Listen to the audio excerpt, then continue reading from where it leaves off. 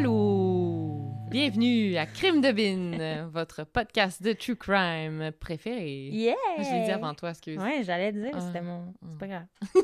Je suis comme pareil. rendue habituée que c'est ça maintenant. Ouais, c'est correct. Fait que, allô! Allô! C'est Hélène! Et Mélanie! Comme d'habitude, pour vous raconter des histoires de crimes canadiens et québécois. Canadien, oui. Oui. Et on vous rappelle... Faut-il encore le rappeler à Je chaque sais fois? pas. Est-ce que vous l'avez compris? Ouais, qu'on n'est pas des professionnels puis Ouais. qu'on dit un peu de la merde puis qu'on se prend pas très au sérieux. Malgré que 100%, je pense, des messages qu'on reçoit de nos auditeurs, ça dit tout le temps « J'aime vraiment quand vous partez à rire » ou « J'aime vraiment que vous preniez pas au sérieux Ouais. que... » Tu sais, qu'on bâche carrément les tueurs en série. Mais bon. Ouais, je pense que les gens apprécient notre non-sérieux. Ouais. Ben, merci. On Oui. reçoit tellement de messages, c'est Tellement. tellement le fun. Je suis Tellement. contente. Ben oui, continuez à Merci nous la écrire. gang, oui. Ça fait chaud au cœur. Vraiment. Puis on a des beaux partages aussi de stories Oh sur yeah. Instagram. On est tellement famous. On est rendu Insta famous, écoute. On a genre 200 followers. Fait que voilà. Fait qu'on n'est pas des professionnels, on n'est pas des enquêteurs, on n'est pas des policiers, on n'est rien. Rien. On est deux amis Oui, on est deux qui trippent amis. sur le true crime. Oui. Puis là, guys, on vient de planifier notre épisode pour nos 1 an. Ouais. On va essayer de faire de quoi spécial. Vous êtes parce pas que, prêts. en octobre, ça va être nos 1 an. Ah ouais, puis Que- vous êtes pas prêts, là. Ah ouais. Il y a genre des annonces, un thème je dirais, dans la thématique de l'Halloween. Ouais. Ish. Ouais. Vous êtes pas prêts, gars. Vous êtes juste pas... J'ai tellement hâte de l'enregistrer. Ouais, ça va être début octobre. Mi-octobre. Ouais. À peu près. Mm. Puis là, cette semaine, j'ai quelque chose à te raconter. Oui. Mais c'est toi qui racontes J'ai l'histoire. invité... Oui, de un. Mais Ouais. avant ça, il faut que je te raconte une anecdote. C'est pas vraiment une anecdote, là. C'est une histoire de quelqu'un qui est mort. OK. Mais Une tu sais, anecdote pour nous, de c'est une crime. anecdote. Ouais. Ouais, c'est ça. Il y a quelqu'un qui... on a invité un couple d'amis à souper samedi. Puis le gars, je veux pas nommer son nom au cas où Ouais. il va être en année. Bref, il me racontait que à Saint-Jérôme, OK, si on a des gens de Saint-Jérôme, dites-moi si c'est vrai, ça a l'air que c'est un environnement un peu trash. Puis que ça a l'air qu'il y a un beau coin, mais la majorité, c'est assez trash. C'est ce que j'ai entendu aussi. Exactement. C'est la réputation que ça a. Ah bon, tu vois. Et là, il me racontait que à Saint-Jérôme, je ris, mais c'est pas drôle, c'est juste nous qui est un peu psychopathes.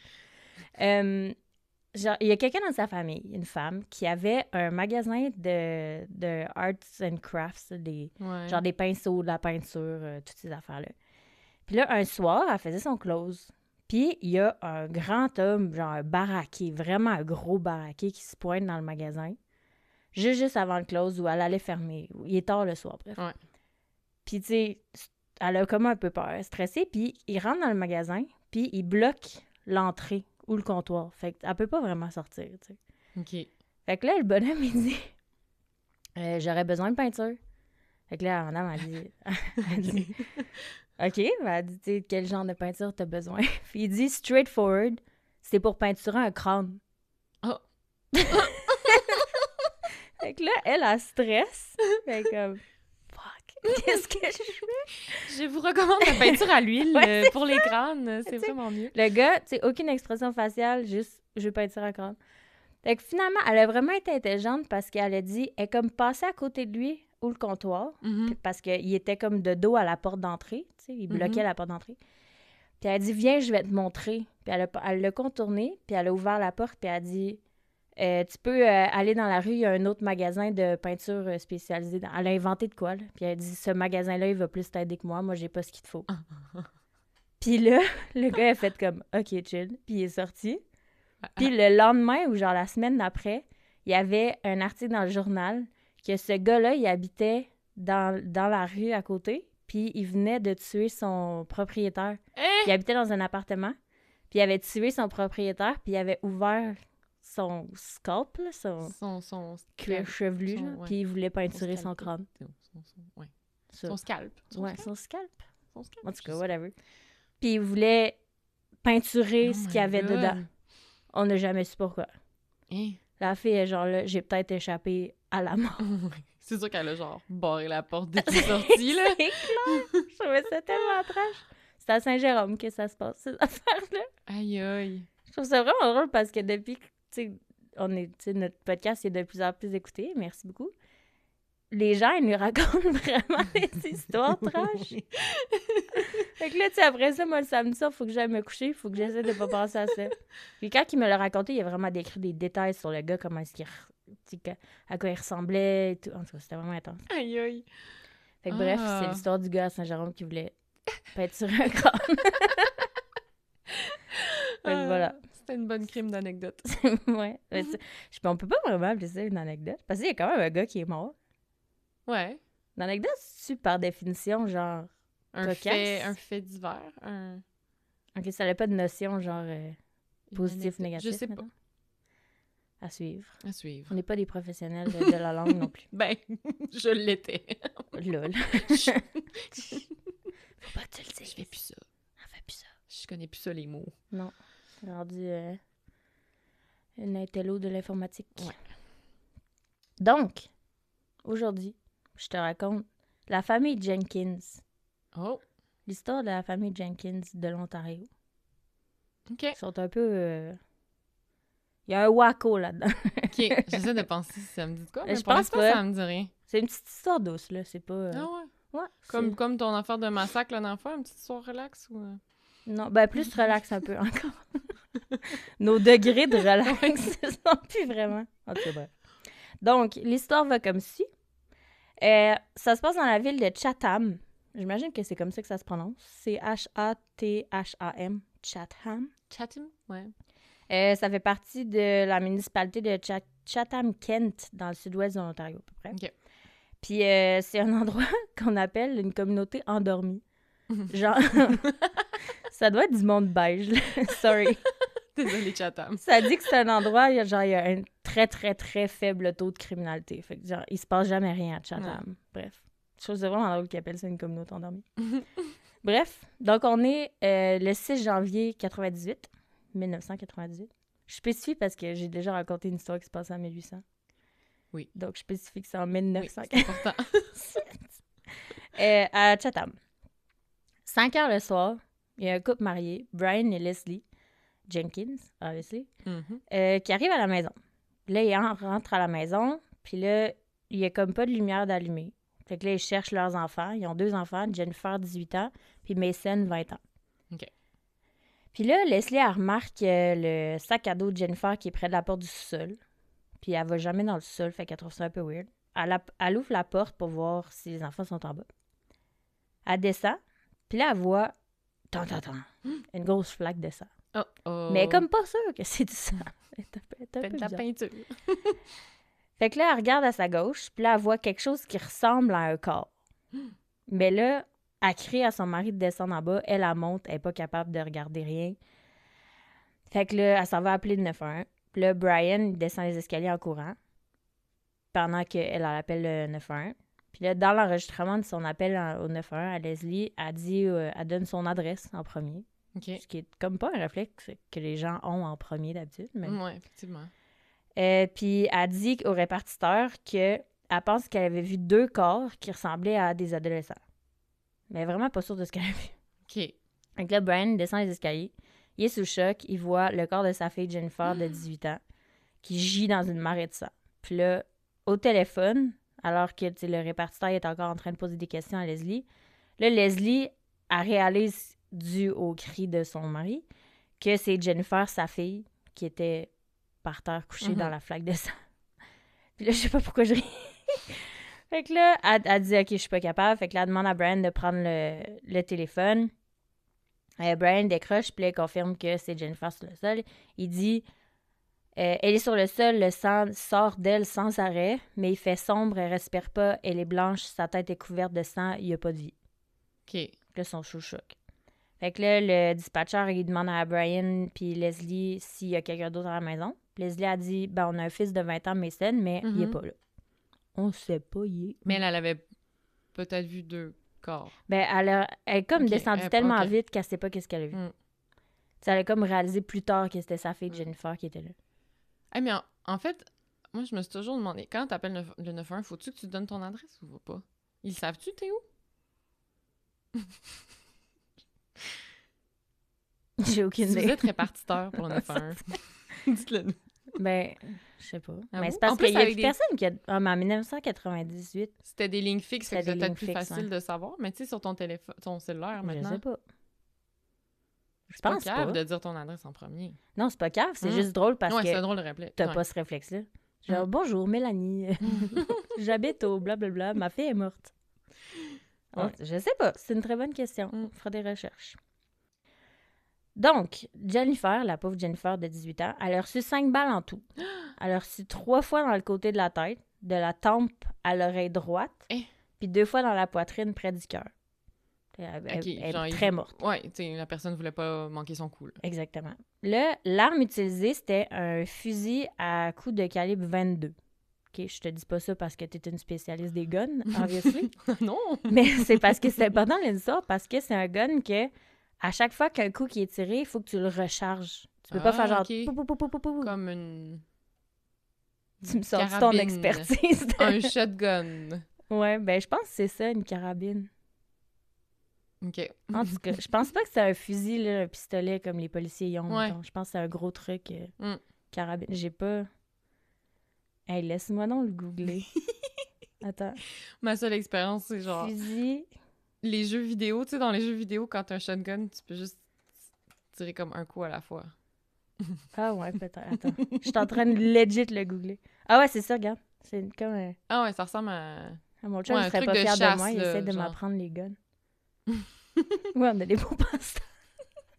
Parce que bref, ça ressemble à comme un fusil de chasse, là, genre... Ouais, OK. Une carabine, bref.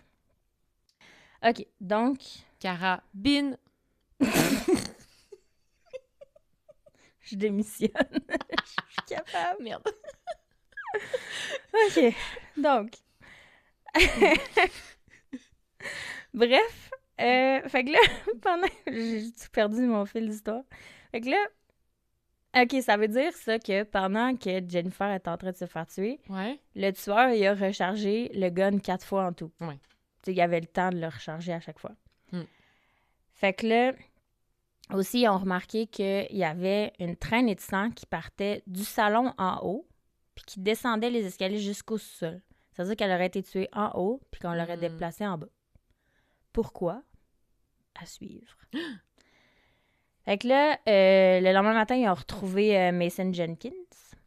Il a été retrouvé sain et sauf dans un véhicule qui ne lui appartenait pas. Ah. Et il a été emmené au poste de police pour être interrogé. Puis il pleurait. Puis là, il dit des affaires genre ça aurait jamais dû arriver, c'est pas à cause de moi. Puis il se sentait pas capable de continuer. Bref, tout ce qu'il disait, ça avait aucun sens. Fait qu'ils ont arrêté l'interrogation là. Interrogatoire. L'interrogatoire. Je pense que je sais pas qui m'a dit, une de nos amies a fait « Là, faut que je dise à Mel là, d'arrêter de dire interrogation pour Ah, interrogatoire. c'est vrai? C'est MP que t'as dit ça? C'est MP. Je m'excuse, MP. C'est quoi que je dis? Tu dis Interrogation? interrogation au lieu d'interrogatoire. Interrogation, c'est quand qu'on dit? T'as Genre un point d'interrogation? Ouais, un point d'interrogation. OK. Mais parce qu'en anglais, c'est interrogation. Mais Ah. pour ça. J'ai un chum anglophone. Ça continue. OK. Le pire, c'est que quand je l'écris, j'écris interrogation. Interrogatoire. Mhm. Donc, ils ont dû arrêter l'interrogatoire. Mhm. Le lendemain, là, Mason, il est redevenu un peu normal. Ils ont posé des questions. Puis là, il dit que il raconte l'histoire, qu'est-ce qui s'est passé. Et que là, il dit, quand que, il était à la maison, il était avec sa sœur Jennifer. Puis là, tout d'un coup, de même, out of nowhere, il y a une vanne blanche qui s'est arrêtée dans l'entrée. OK. Puis il y a 4 hommes qui sont sortis, puis ils se sont tous précipités à l'intérieur de la maison. Puis là, Mason, il a dit que lui, ils l'ont emmené de force dans la camionnette. Il a été jeté à l'intérieur dans la vanne. Puis il n'y a aucune idée de ce qui s'est passé à l'intérieur de la maison après ça. Puis là, il dit quelques heures plus tard, il aurait réussi à s'échapper. La police, on s'entend qu'elle trouve l'histoire un peu louche. Puis lui, après ça, il est allé se coucher dans le char de quelqu'un au lieu d'aller à la police. Genre. Selon lui. Ça sent la bullshit. Et voilà. Donc, c'est ça. Fait que là, la police, ça trouve ça suspect. Et là, il semblait un peu contrarié parce que ça le frustrait que la police le croit pas. Puis le policier qui interroge Mason, il dit que son histoire n'a absolument aucun sens, puis il croit pas qu'il y a quelqu'un d'autre qui soit entré dans la maison ce soir-là. Ensuite, on demande à Mason de décrire ses sentiments envers sa sœur, sa relation avec sa sœur. Il dit qu'il la déteste pas. Il dit textuellement « Pourquoi je détesterais ma sœur? Elle se plie toujours en quatre pour moi, puis elle avait plus confiance en moi que mes parents souvent. » Et il ajoute, chose qu'il n'était pas censé savoir, « J'ai aucune raison de lui faire sauter la tête. » Oh! Mais à ce moment-là, il avait dit qu'il était dans la camionnette puis il avait jamais vu. Ouais, c'est pas qu'elle s'est fait tirer dans la tête. Non, c'est ça. Mm-hmm. Fait que ça peut tirer dans le pied. Hey, no joke, à swear. Mason, lui, c'est un gars qui avait quand même un gros casier judiciaire, on va se dire, c'est un tannant. Fait qu'il est rapidement devenu principal suspect. Suspect. Puis ses parents, Brian et Leslie, ils ont déclaré qu'il était... Il n'est pas une personne violente, mais c'est un tannant. Le même jour de la découverte du corps de Jennifer, Mason y a été interrogé, puis Brian et Leslie y ont aussi été interrogés parce qu'ils étaient aussi suspects. Puis Leslie a dit qu'elle ne pouvait pas imaginer que Mason pouvait faire du mal à Jennifer. C'était un bon petit gars, un peu violent, mais c'était un bon petit gars. 2 jours plus tard... un peu violent, mais bon, OK. Exactement, c'est weird. 2 jours plus tard, la police, elle leur dit a dit aux parents qu'ils croient que Mason est responsable de la mort de Jennifer. Puis le détective qui est sur l'affaire, le détective Vieira, il leur explique qu'est-ce qu'ils ont découvert à présent jusqu'à l'enquête.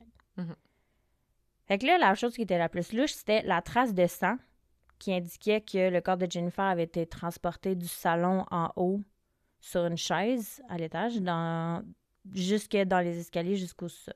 Okay. Ça, il trouvait ça bizarre. Puis il discutait aussi d'un fait, parce qu'il disait, un tueur, il s'en serait foutu, là. Il n'aurait pas de nettoyer, il n'aurait pas... Ouais. Il n'aurait pas de déplacer le corps. Pourquoi il aurait déplacé le corps, t'sais? Fait que là, il trouvait ça bizarre. La police, elle croyait que Mason était responsable de la mort de Jennifer. Mais, ça va plus loin que ça. Deuxième punch. Ouh! C'est excitant. Le détective Vieira, il explique la théorie un peu doucement à Leslie puis Brian parce que ce qu'il va leur dire, c'est un peu touché. Il dit Jennifer, elle avait été transportée au sous-sol pour une raison, pour qu'elle soit pas vue. Il voulait, son frère Mason, il voulait absolument cacher Jennifer. Pourquoi? Parce que ce qui était prévu après, c'était que le papa rentre à la maison et après la maman. Et selon le détective Vieira, il voulait tuer tout le monde. C'était ça son plan. J'ai des frissons. Sauf que, évidemment, ça a chié. Une chance. Fait que là, c'est ça. Il avait l'intention d'assassiner les 3 membres de sa famille. Fait que là, Leslie et Brian sont à terre. Ils comprennent pas leur fils violent qui tue des gens. Fait que là, bref, Mason Jenkins est officiellement arrêté. Parce qu'il n'était pas sous arrestation avant. Son interrogatoire. Fait que là, quelques jours plus tard, il interroge le papa, Brian. Puis le détective, il montre tout ce qu'il a trouvé, les preuves la nuit du meurtre. Et il a trouvé, en fait, sur la table de la cuisine, ils ont trouvé 2 documents, 2 feuilles. OK. Il y en avait une que c'était une note, techniquement du tueur. Puis qui disait, on sait pas trop qu'est-ce que cette note-là dit, mais bref. L'important, c'est la deuxième note. L'officier, il tend la deuxième note à Brian, puis il tente d'y demander, tu sais, il dit, explique-moi, c'est quoi ça? Fait que là, le petit Brian, il met ses lunettes, comme tout bon papa. Puis il examine le morceau de papier pendant quelques minutes. Puis là, il lève les yeux, puis il dit, c'est un testament de ma part, mais c'est vraiment pas normal. C'est pas de moi. J'ai pas écrit cette ordure. C'est pas ma signature. Il dit ça. Fait que là, il lit une partie de la note après, à voix haute. Puis ça dit je laisse tous mes biens et possessions à mon fils Mason Jenkins et le nomme exécuteur testamentaire de tous mes biens. Tu sais? Genre. Super subtil. Ouais. Là, il y a un documentaire qui s'appelle Life with Murder que j'ai pas trouvé, que j'ai pas pu voir, j'ai pas pu regarder. Mais c'est un documentaire qui a été fait sur cette histoire-là. OK. Puis, dans ce documentaire-là, il y a Leslie, la maman, qui déclare que elle avait l'impression que, tu sais, à cause que tout ça, ça se passait, elle disait, moi, j'ai comme pas eu le temps de faire le deuil de ma fille parce que on n'arrêtait pas de me gosser avec l'interrogatoire de mon fils Mason, puis de...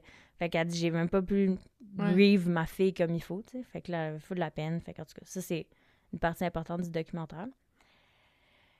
Puis ça a l'air aussi que même la veille de l'enterrement de Jennifer, les policiers ils ont appelé Leslie et Brian, les parents, pour qu'ils viennent au poste de police pour l'interroger, pour poser plus de questions. Puis la maman était comme, non.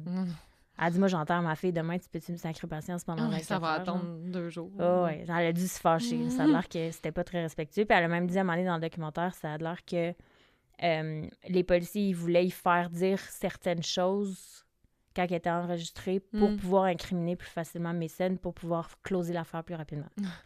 Est-ce que c'est vrai? Je sais pas. Mais en tout cas, il mentionne dans le documentaire. Il y a 600 personnes qui ont assisté au service au funérailles de la petite Jennifer, ce qui est quand même beaucoup. Oui, vraiment. Puis je trouvais ça vraiment triste de lire ça. Elle a été enterrée avec ses grands-parents. Oh.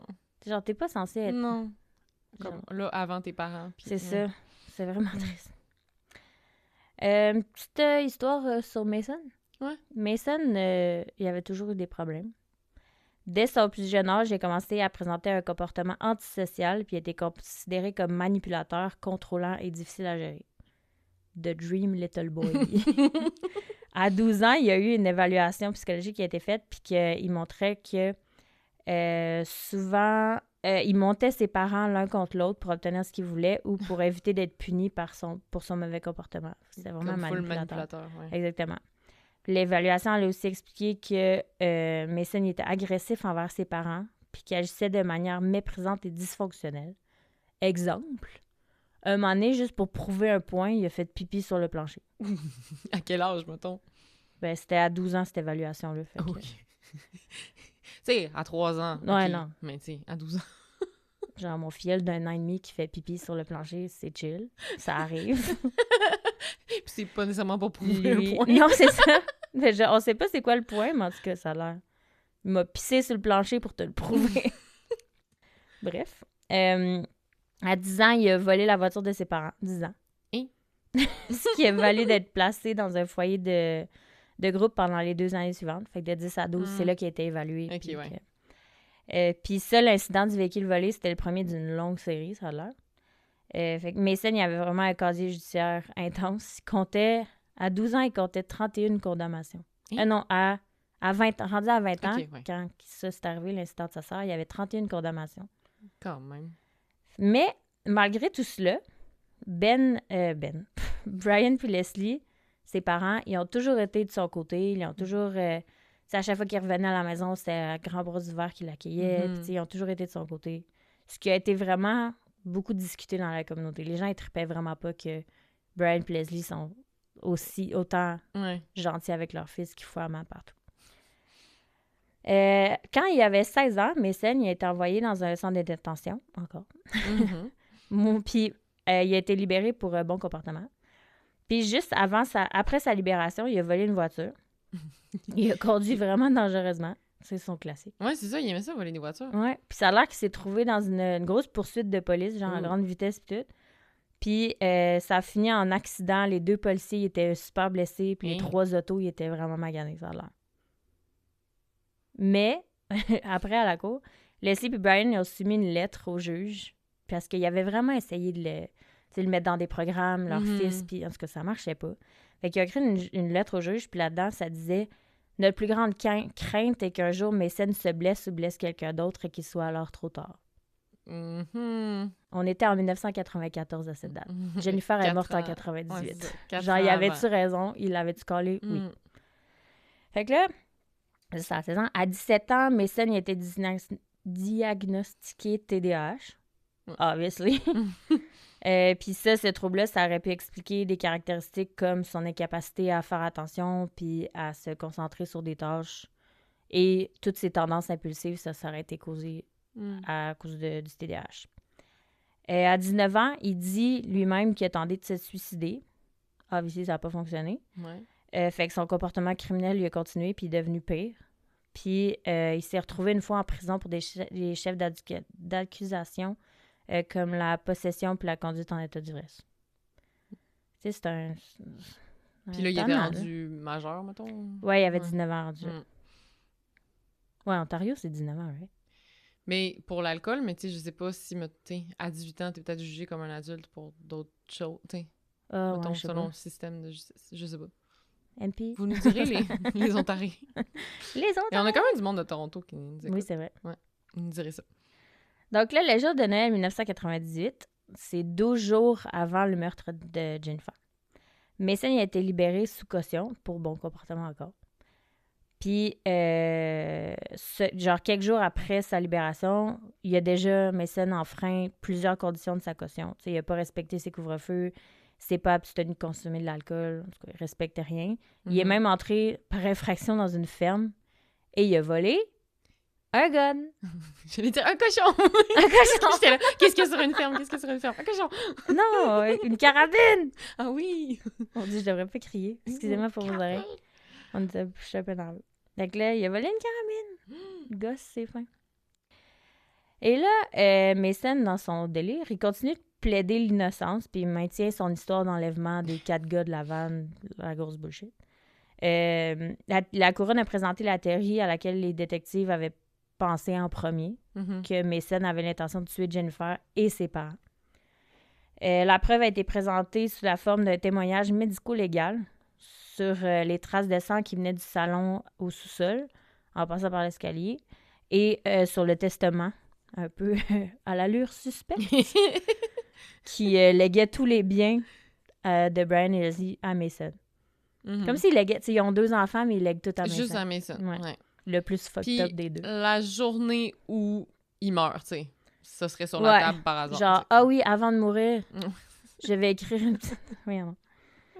Fait que là, la couronne a présenté la note qui était censée provenir, entre guillemets, des tueurs, les 4 gars de la vanne. Puis elle parlait des incohérences dans l'histoire. Fait que là, Mike... OK, c'est ça, la note qu'on sait pas qu'est-ce que ça disait spécifiquement. C'était comme si c'était supposé être les gars de la vanne qui n'existent pas qui auraient écrit ça. Exactement. Okay. Mais cette note-là, elle a été genre classifiée. On peut pas savoir qu'est-ce qu'il y a dedans. Ah, OK. Mason, il s'est présenté à la barre pour se défendre lui-même, puis il disait que, selon lui, les hommes dans la vanne, ils étaient venus pour le punir. Le punir. Je sais pas parler aujourd'hui. Le punir d'une dette de drogue. Ah. Voilà.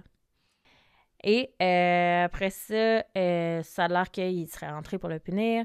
Puis là, il a dit, Mason, moi, qu'il a pris le fusil de calibre 22, la carabine, et celui qui avait volé à la ferme, en fait, et qui avait essayé d'arrêter les 4 hommes avec ce fusil-là. Mais que ceux-ci, les gars, ils l'avaient rapidement désarmé. Fait que ça n'avait pas marché. Fait que c'est pour ça qu'il y aurait ses empreintes sur le gun. Ah oui. Obviously. Fait que là, il s'est ensuite enfui de la maison, puis il disait « Ah, je n'aurais pas pensé qu'il ferait du mal à ma sœur. » De la grosse bullshit. Évidemment, le jury, il l'a pas cru. Gros punch. Le jury le croyait pas.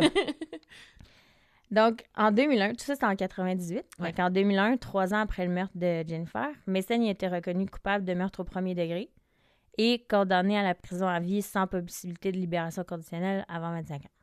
Classique. Ouais. Fait que là, en 2017, pas 17, en 2007, OK. Mason a déclaré spontanément à la police qu'il y avait des nouvelles informations sur le cas, sur ce qui était arrivé à Jennifer, puis il voulait clarifier sa propre implication. Fait que là, il dit « Tout ce que je vous ai dit, c'était pas vrai. » Ben non. En 2007, ça fait 9 ans, là. Genre, finalement, j'ai des nouvelles informations. Ça vient... On me confirme à l'oreille que... C'est ça! Mais en 2005, 2 ans avant que ça arrive, avant qu'il change toute l'histoire au complet, c'était le documentaire que je t'ai parlé, Life with Murder, que c'est le scénariste, documentariste canadien John Kastner qui avait commencé à faire son documentaire là-dessus. Puis c'était lui qui avait comme réveillé Mason à... Comment je pourrais dire? il avait comme fait allumer qu'il faudrait qu'il raconte la vérité parce que lui, John Kastner, il était là pour rendre visite à un autre détenu dans la même prison où il était Mason. Puis ce détenu-là, il a appris au cinéaste que Mason, il avait d'autres informations à partager sur ce qui s'était passé.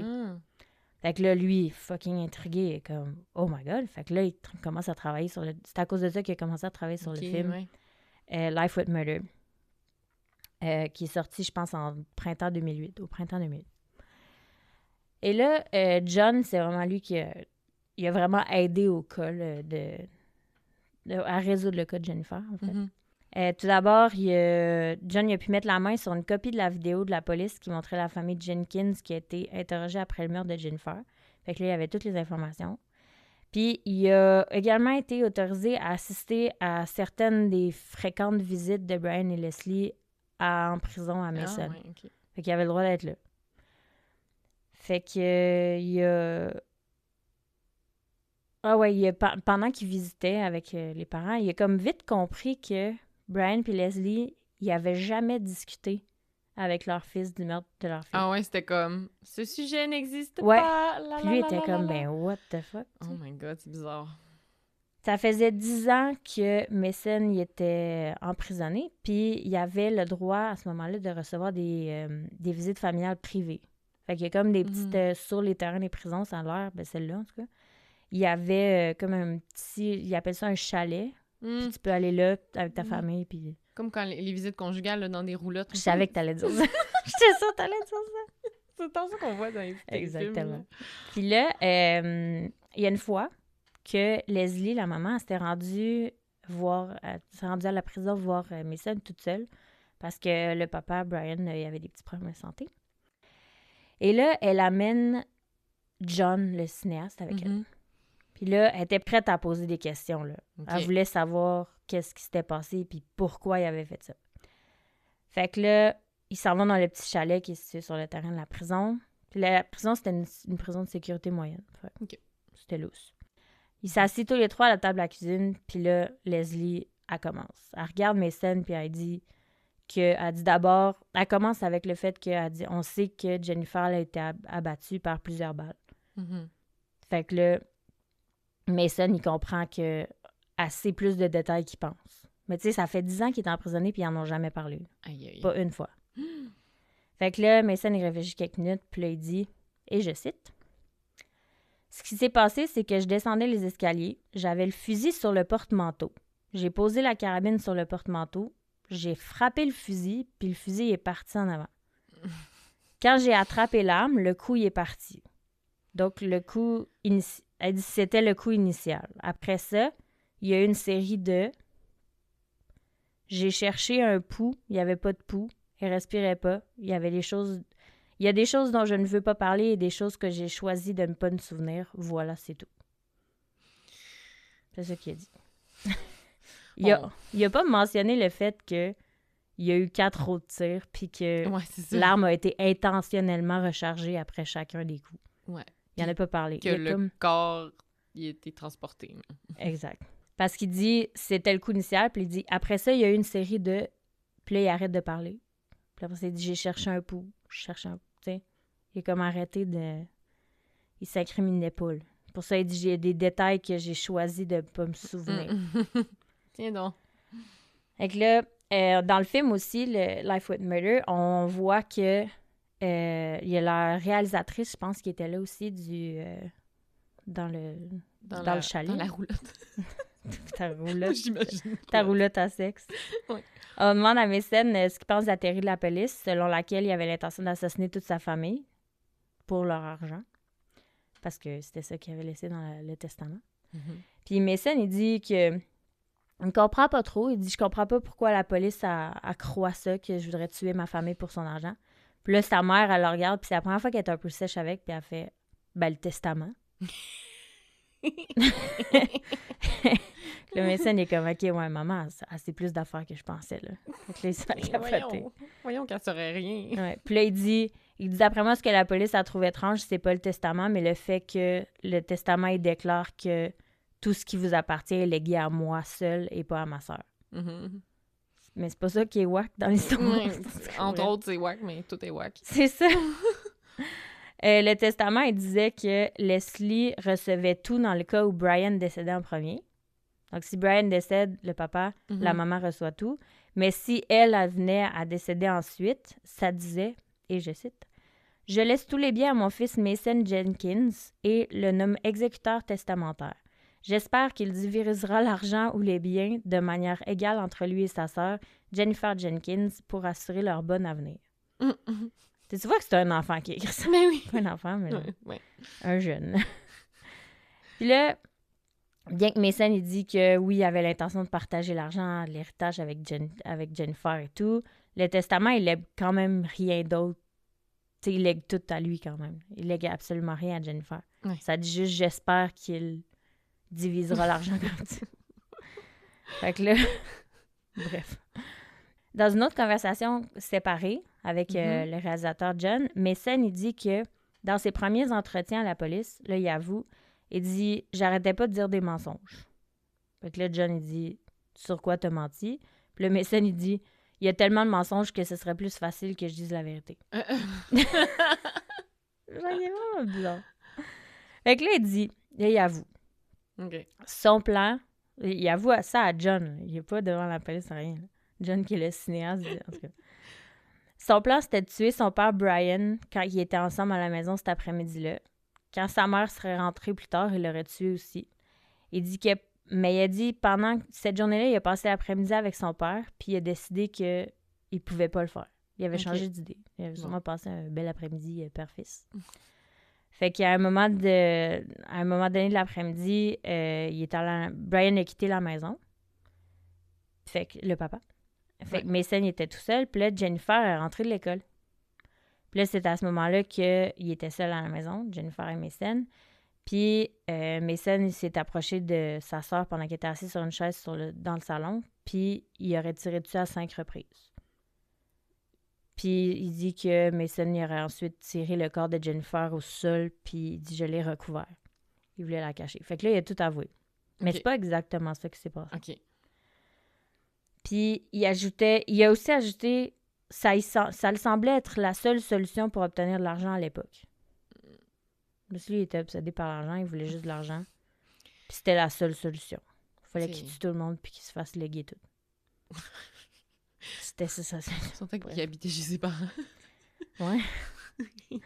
Fait que là, Mason, il dit aussi que quand sa sœur a franchi la porte, ils ont eu une conversation sur des sujets normaux. Puis quand elle est allée s'asseoir sur son fauteuil dans le salon pour manger du popcorn puis regarder la TV, il dit « Je savais pas quoi faire. J'ai tiré sur ma sœur. J'aurais pu appeler les secours, mais j'ai tiré sur ma sœur dans sa tête par accident. » Voilà. C'est ça qu'il a dit.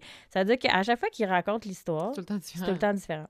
Parce que là, dans le fond, ce qui est arrivé d'après moi, c'est qu'il avait changé d'idée parce qu'il dit l'accident est arrivé quand j'ai déplacé la carabine.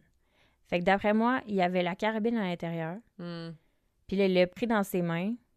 Puis là, il voulait aller la cacher ailleurs parce qu'il avait changé d'idée finalement. Ouais. Puis sa sœur, elle a dû le voir. Genre. Ah ouais, puis là, il s'est décidé what the fuck. Fait qu'il a comme paniqué, fait qu'il a tiré dans la tête.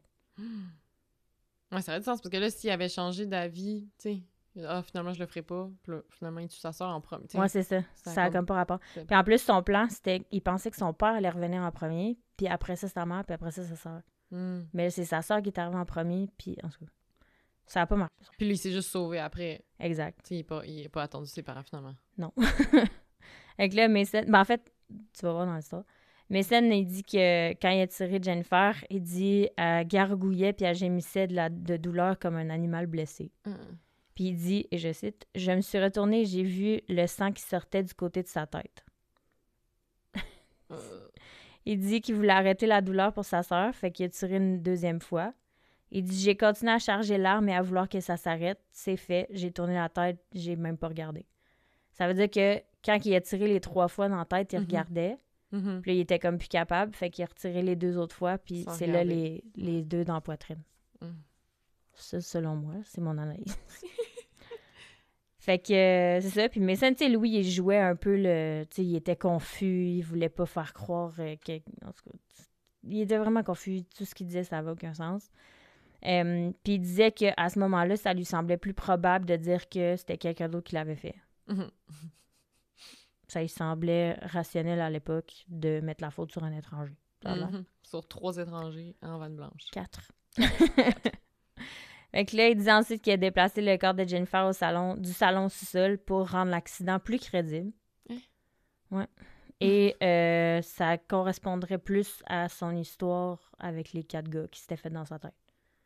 Fouille-moi. Je sais pas qu'est-ce qui a du sens dans son cerveau là-dedans. Non. Et là, lui, il clamait dans le fond qu'il avait tué sa sœur par accident. Tu sais, qu'il avait tué 5 balles dans le corps, qu'il avait rechargé le gun. Ouais, c'était... Fait que là, le détective en charge de l'affaire, Georges Vieira, lui, il croit pas à ça. Là. Il dit ça se peut pas qu'il a tué Jennifer accidentellement. Puis il dit il y a quelque chose qui manque dans l'histoire. Il croyait pas. Il dit il y a une information qui manque, il y a quelque chose. Ça se peut pas que. Il dit entre le moment où Jennifer a été tuée puis celui que les parents sont arrivés ensemble à la maison, il y a quelque chose qui cloche. Là, on a su après ça que Mason, il a appelé sa mère, Leslie, puis il a demandé c'était quand qu'elle arrivait. Parce que il pensait qu'elle s'en venait pour la tuer, après avoir tué Jennifer. Fait que là, la théorie de l'inspecteur Vieira, c'est qu'il a demandé parce qu'il l'attendait pour la tuer. Mais il pensait qu'elle serait toute seule. Il pensait que sa mère et son père n'étaient pas ensemble. Ouais. Mais là, en l'appelant sa mère, elle a dit qu'il était avec son père. Puis qu'il s'en venait à la maison. Fait que là, selon l'inspecteur Vieira, ça a eu comme immédiatement changé les plans de Mason parce que tu peux pas tirer sur 2 personnes qui arrivent dans le cadre de porte avec une carabine. Ouais, qu'il faut que tu recharges. Tu recharges, c'est ça, tu peux juste pas. Fait que c'est là que ses plans ont chié. Fait que c'est là qu'il est viré fou. Puis c'est pour ça qu'il est parti puis qu'il a laissé Jennifer là, dans le fond, quand il a appelé sa mère puis qu'il a su qu'elle était avec son père. Fait que tu sais, tous ces plans-là, il n'y a absolument rien qui a marché. Donc là, en 2008, printemps 2008, il y a le documentaire Life with Murder qui est sorti. Ça a vraiment été acclamé. En 2009, tout le monde, ça a gagné des prix et tout. Ça a vraiment fait jaser les gens, surtout à Chatham, la communauté endormie. Puis 2 ans... Ils rêvaient juste à ça dans leur dodo. Puis en 2011, 2 ans après la sortie du film, il y a une évaluation des besoins en matière de risque psychologique qui a été réalisée sur Mason à cause du film. Les résultats ont montré qu'il n'y avait aucune preuve de maladie mentale grave, mais Mason il faisait partie d'un groupe particulier de délinquants qui ont un 60% de chance de commettre un autre acte criminel après leur libération. Fait que ça a vraiment affecté sa demande de libération conditionnelle. Fait que dû à ça, à cause du 60% de chance de récidive, la communauté a stressé un peu.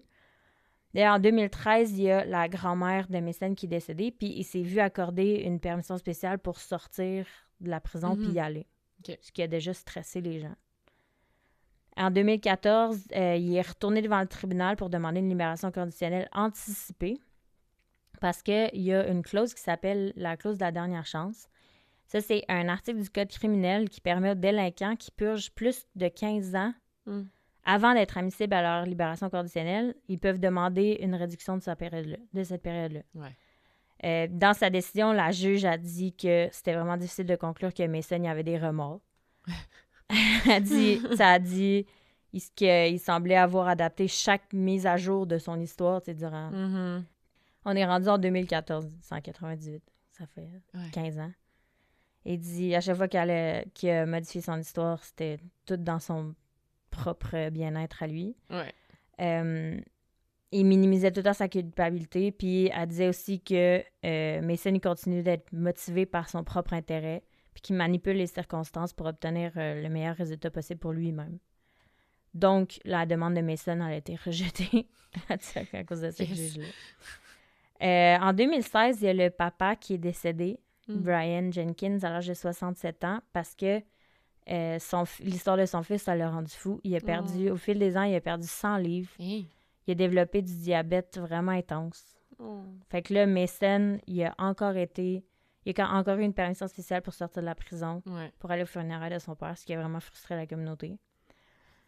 Puis aujourd'hui, en 2021, Mason il est actuellement à l'établissement de Warkworth. C'est un établissement de sécurité moyenne au nord-est de Toronto. Puis, depuis qu'il est emprisonné, il a terminé ses études secondaires. Puis, ça a l'air qu'il a un bon comportement. Ish. Il y a des rapports positifs, mais il y a eu plusieurs problèmes. Mettons, les autorités ont découvert qu'il s'était créé une page Facebook en prison où il se présentait comme un gestionnaire de bureau pour le Service correctionnel du Canada. Oh oui! J'ai aucune idée pourquoi. Pourquoi? Il a aussi été arrêté à plusieurs reprises avec des articles de contrebande, genre du pot, avec l'intention de le revendre. Puis plusieurs centaines de dollars cash dans ses poches, des cartes d'identité, puis des vis. Très important, les vis. Puis il a avoué qu'il avait vendu des articles de contrebande puis à d'autres détenus. Fait que, il a un comportement positif, mais il fout quand même la merde. Ouais. Fait que... dernier détail. Il s'est fait faire un gros tatouage qui prend toute son épaule au complet, qui représente une grosse croix. Puis dans lequel il est écrit le nom complet de Jennifer A. Jenkins. Puis Mason, il va pouvoir bénéficier d'une libération conditionnelle en 2026. Il aura alors 49 ans. Ouh, quand même encore jeune. Quand même, ben surtout le fait que il est dans le groupe de délinquants qui ont 60% de chance de récidive. Ouais, non, j'y fais pas tant confiance à lui. Il y en a que t'es comme, ils vont réussir à se réintégrer, mais je sais pas. Lui, j'y fais pas confiance. Non, zéro. Parce qu'il il est tellement égoïste. Ouais, c'est ça. C'est tout ce que la juge disait, tu sais, que c'est dans son intérêt personnel. Puis, il décide que là, après 10 ans, il sort des nouvelles informations, puis que c'était de la bullshit, qu'est-ce qu'il disait, puis en tout cas, ça va pas. Pour planifier de tuer toute ta famille. Pour de l'argent. Pour de l'argent. Tu sais, c'est intense, là. Puis ça m'a fait penser un peu à l'histoire de l'autre fois que tu racontais le tweet. Oui. Que genre, c'est planifié comme la merde, son affaire, là. Ah, vraiment? Il a écrit un faux testament avec une fausse signature sur un bout de papier, une autre note, des kidnappeurs qui débarquent d'une vanne. Genre, il n'y a rien qui a c'était vraiment un plan de merde, là. Ouais, vraiment. C'est sûr que ça allait pas réussir, là. Même si ses parents étaient arrivés dans l'ordre qui pensaient, tu sais, je veux dire... Non, ça n'a aucun sens. Non. Puis surtout que l'après-midi, il passe l'après-midi avec son père, puis il est comme « Ah ouais, finalement, non, il est nice, mon père. Il m'a pas le tué. » Oh my God, mais techniquement, Mason, il a fini par le tuer, son père, parce que... Ouais. Son père, il est devenu ça l'a détruit. Mais c'est ça, tu sais, je me dis, ses parents, tu sais, ils sont bons d'être allés le voir en prison, là. Je suis pas sûre. Ah non, ils ont toujours... C'est ça que la communauté est frustrée. Même les membres, ça disait que les membres de leur famille étaient tout le temps frustrés parce qu'ils disaient « Ton gars, il a tué ta fille. » Il voulait te tuer. Oui, aussi. Puis, il y a un moment donné, que je l'ai pas mentionné, mais la mère, elle dit « Un fils, tu laisses pas tomber ça. » Elle dit, c'est mon fils, qu'est-ce que tu veux que je fasse? Aïe. Peu importe ce qu'il a fait, ça va toujours rester mon fils. Fait que c'est pour ça qu'elle le protégeait. Puis aussi, les Jenkins, le couple, à ce jour, ben là, il est décédé, là, mais la maman, elle habite encore dans la même maison. Où son fils a tué sa fille. Ben oui, Chris, oui. Elle a dit, tu sais, comment tu veux qu'on vende ça?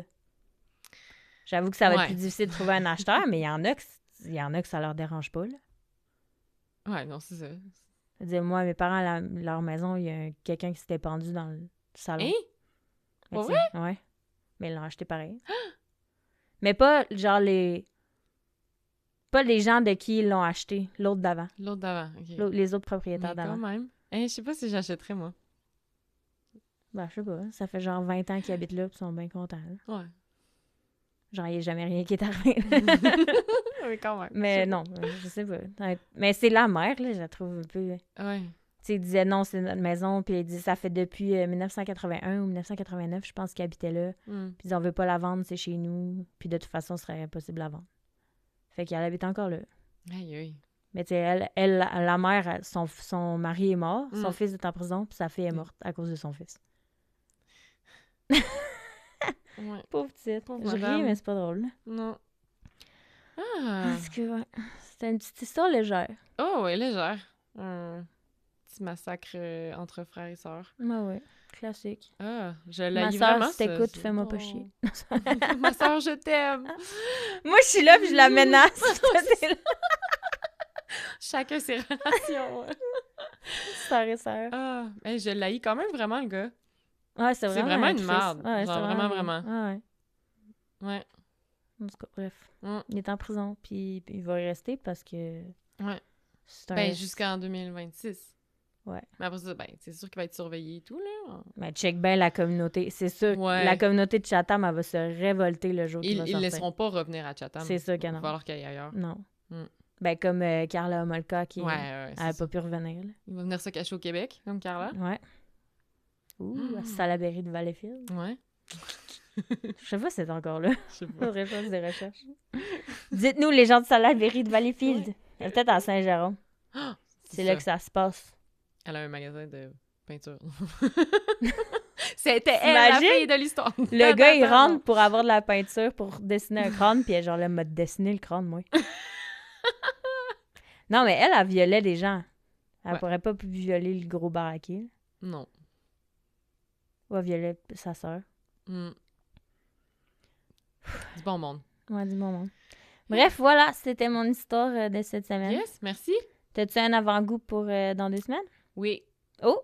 Oui. Tell Moi aussi, c'est en Ontario. Ouh! Ouais. Hélène sort du Québec. Ouais, ça m'arrive. Mais ça implique quand C'est même une Québécoise. Ah, OK. Ah, tu nous en dis pas plus. OK. Non. Non. C'est correct. I'll Je vais take it. garder le reste de l'histoire. Parfait.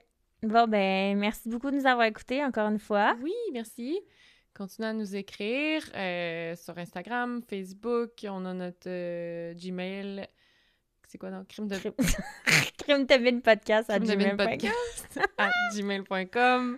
On voit que tu y vas pas souvent. Moi, je vous réponds, guys. C'est pas vrai. On a un PayPal aussi avec cette même adresse-là.